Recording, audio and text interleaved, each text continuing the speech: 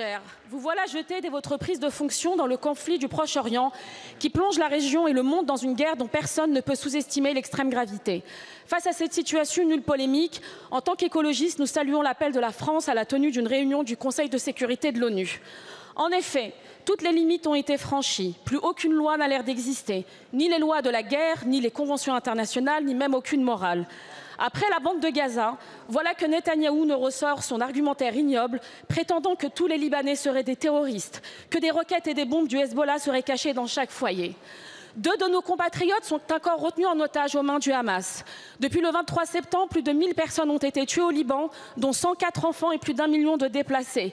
Hier, une attaque terroriste a causé la mort de 7 Israéliens à Jaffa, alors que l'Iran envoyait des missiles vers Israël.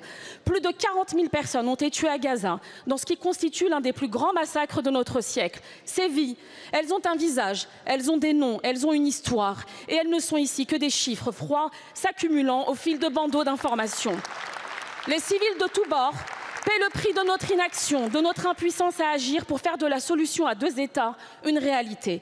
Ce ne sont pas les milliers de civils tués, considérés comme de simples dommages collatéraux, qui garantiront la sécurité d'Israël, pas plus que les livraisons d'armes.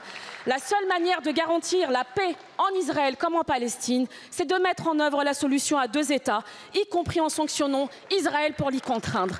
Monsieur le ministre, quand est-ce que la France va ainsi prendre ses responsabilités face aux bouchers de Tel Aviv, qui tuent, bombardent, assassinent sans scrupule et menacent de précipiter le monde au bord d'une guerre totale?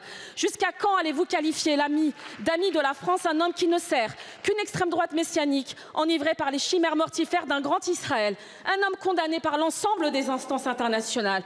Quand allez-vous enfin dire à monsieur Netanyahou que si rien ne peut justifier les crimes terroristes du 7 octobre, les crimes du 7 octobre ne peuvent justifier l'innommable? Merci.